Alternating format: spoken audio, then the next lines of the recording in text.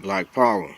Today we honor our great Dr. Martin Luther King Jr., giving thanks for his life, his work, his commitment, dedication to our people and our liberation. People sometimes question why I don't honor other ancestors and great elders who were born this month. I do. In past times, I've honored Dr. John Henry Clark, Dr. Khalid Muhammad, Dr. Angela Davis, the great Muhammad Ali. It's just right now we're living in times that call for mass mobilization and organization of our people. And Dr. King was most definitely one of the masters of that. I myself don't believe in or practice nonviolence. This beast against us has shown the only way to ultimately defeat it is with physical force. But Dr. King most definitely evolved from his 1963 dream to where he stated, he saw he possibly led us into a burning house. So that, I got to get respect for somebody that can grow and, admit their mistakes. But also his more radical positions in the latter part of his life as far as imposing wars of imperialism, as far as organizing and supporting labor strikes, organizing and calling for boycotts of major corporations that were doing us dirty. These are things we need right now. And corporate America, white nationalist America, has put a lot of effort into revisioning Dr. King, and they have rallied mass numbers of our people behind that pacification.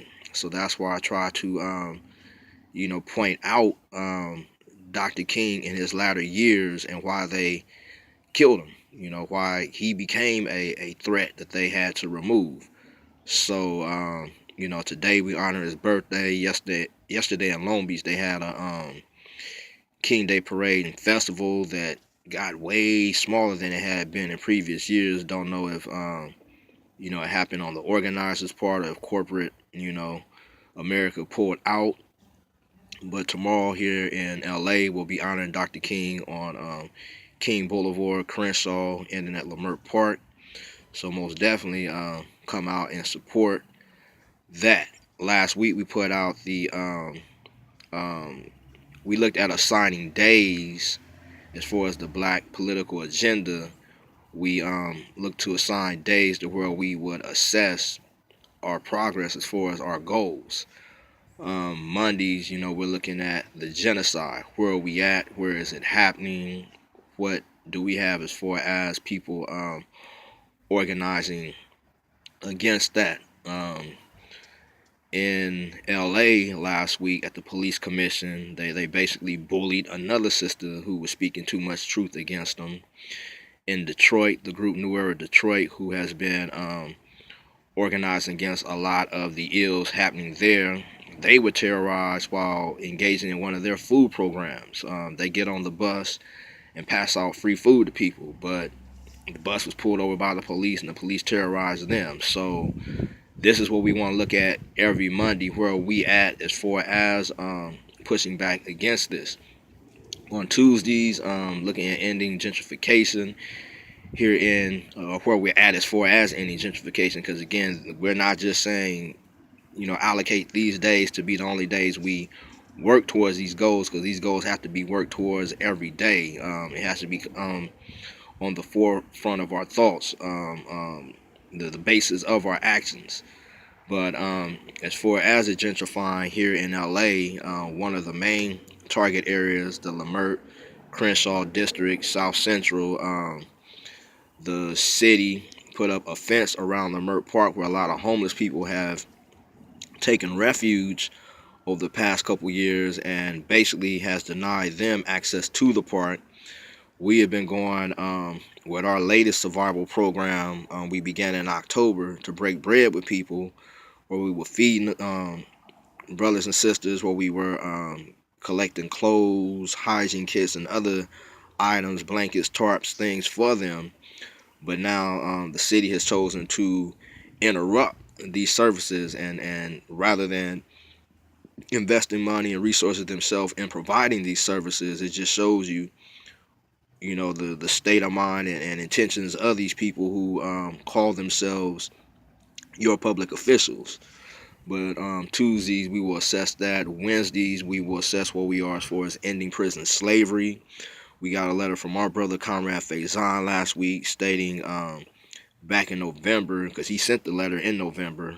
We just got it, but he was jumped by prison guards.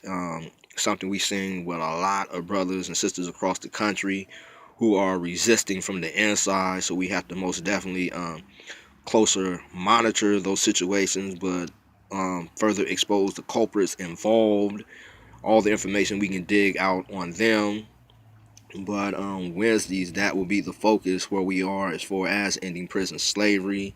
There's a call for Millions for Prisoners Human Rights March in August, so we'll continue to put information out about that. But most definitely, we don't want to wait till August. Every day we want to work towards achieving this goal of ending prison slavery. On Thursdays, we're looking at where we are as far as building more black businesses, black schools, and other black institutions and industries, and how we can support each other and move forward with that and continue to divest, sanction, and boycott corporate America that is financing our genocide and gentrification. And on Fridays, we want to see where we are as far as building our own governing body.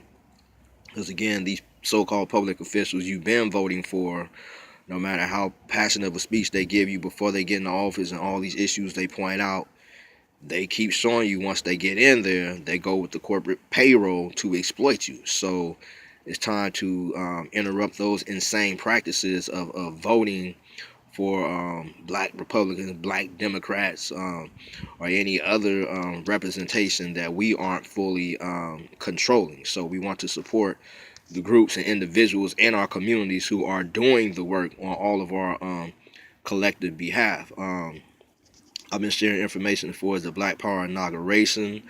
One brother I know from Detroit, Brother Youssef, will be speaking in that. I've known him, monitored him for a few years. He is doing a lot of work in the Detroit community. And there's another sister who will be speaking, who I met the past couple months, who is working towards ending prison slavery. So, a lot of folks ask me how come I'm not pushing this whole J20 anti-inauguration thing, because it's not just about Trump for us. A lot of things that have been happening. All right. A lot of things that have been happening to us started way before Trump came into any real power. So, yeah, I most definitely don't support the agenda and council of maniacs he's put together. But, if Trump was put out of office, if he was one of the first presidents we was able to put out of office, the next person coming, if we aren't doing the things we need to do, can be just as bad as worse. So I most definitely support all efforts of our people, organizing our folks. Yesterday, the Black is Back Coalition, part of the Uhuru movement and all African People's Socialist Party, held a rally in D.C., but on the 20th, this Black Power inauguration will take place, so I'll put out more information over this week concerning that. Saluting everyone who's been participating in the general strike. Again, yeah, it's not nothing big, especially when we are doing our own. We don't have the resources to do all these teleconferences and video conferences and show all the different people who are doing it, which in a way has its benefit that everybody's not yet identified. But now the goal is to go back like our Queen Mother Harriet Tubman and get more people off those plantations and engaged in both striking from those plantations, but moving towards building your own businesses, and becoming your own boss and reinvesting back into the community. Also, folks who have been engaged in the court moratorium, saluting all of y'all, because that is a lot more riskier, because these people will hound you over the slightest offense, whether it was a spitting on the sidewalk ticket, or not affording insurance on your car ticket, whatever. But we continue to see brothers like Faison being locked up 10 years for doing nothing, basically. And and these psychopathic pigs who are killing our people are not doing, 24 hours, if that. So we have to stop honoring these courts that are carrying out miscarriages of justice against us. And lastly, just thanking everyone who responded last week. When I was recording these videos, I showed how the LAPD was over me. Some people questioned that, but I know because they came right here to this space above me and hovered there for several seconds. And by the time I started recording, yeah, they took off. But then a few hours later, when we went to leave, they had a pig car posted right across the street. So, a lot of times people dismiss these things and try to say we paranoid, but, I've shown y'all enough examples on social media to where, this is not a figment of my imagination. These people are very real, and they repression against those of us who stand up.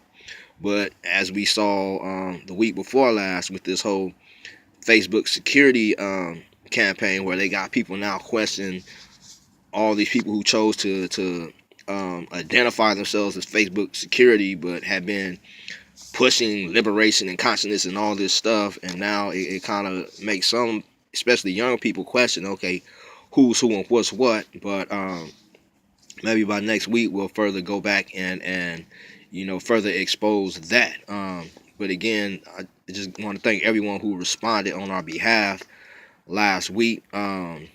Because that's what it is right now. We have to get our response teams together, whether you just start with 3 to 5 people or you can expand beyond that, because again, that's what we're up against. Not that they're all powerful and invincible, but they have an organized body who is trained to respond on each other's behalf, even if they don't like each other. It's not that they all even get along, but they have been psychologically conditioned to where something happens to their team member, then they are responding. And that's how we got to be for our loved ones. So again, thank y'all. Hopefully y'all come out to Leimert later on today. A lot of us will be meeting to discuss how we're going to move forward with both the programs we've been providing to help transition people off the streets and just get them the needed resources in the meantime, but also what are we as a community going to do as far as this gate. But also look forward to seeing y'all out there on King Day tomorrow. And please take into consideration when y'all see these corrupt officials coming down the street, when y'all see the LAPD, the sheriffs, all of these enemies of our existence. For years, a lot of people sit up there and clap the same people who are oppressing them. We got to really look at these corporations like Coke, who Dr. King was fighting prior to his assassination. They have become some of the main sponsors in King Day parades and activities. Military is having representation in the King parades, and all they're really engaged in now are wars of imperialism, which he was against. So, take all of that into consideration while you out there tomorrow, and don't be afraid to speak up. Another thing Dr. King pointed out is silence is betrayal. All power to the people.